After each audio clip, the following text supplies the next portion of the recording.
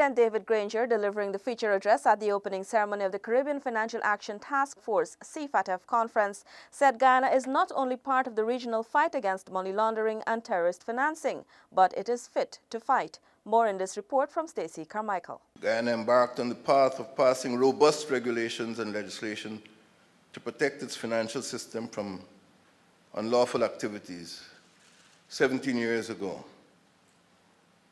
It passed the Money Laundering Prevention Act in 2000, the Anti-Money Laundering and the Countering of Financing of Terrorism Act in 2009, the Anti-Money Laundering and Countering of Financing of Terrorism Amendment Act in 2010, the Anti-Money Laundering and the Countering the Financing of Terrorism Amendment Act 2015, and the Anti-Money Laundering and the Countering of the Financing of Terrorism Amendment Act No. 2 in 2015.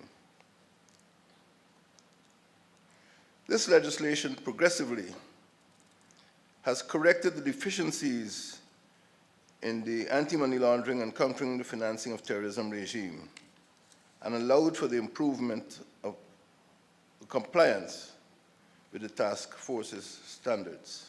The head of state further noted that the Bank of Guyana, the Financial Intelligence Unit, and the Office of the Director of Public Prosecutions have all been empowered with the authority and autonomy to discharge their functions in accordance with the Anti-Money Laundering and Countering the Financing of Terrorism (AML-CFT) legislation.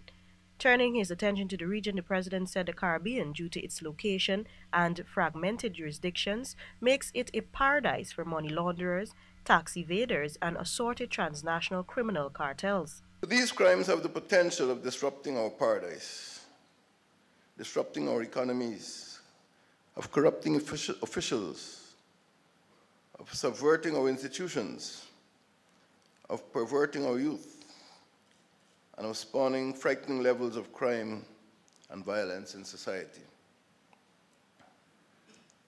Ladies and gentlemen, your task force's recommendations are necessary to insulate the region's financial sector from the crimes of money laundering and the financing of terrorism. Your task force's recommendations can help to insulate the region's economies from contamination by dirty money and by protecting the integrity of our financial sector. President Granger said CFATF can lend to the enhancing of connectedness between regional banks and international financial institutions. Meantime, Attorney General and Minister of Legal Affairs, Senior Counsel Basil Williams, said that the hosting of the conference here is a memorable and auspicious one for Guyana, since it puts the country in the position to lead the regional drive in the fight against money laundering and terrorist financing.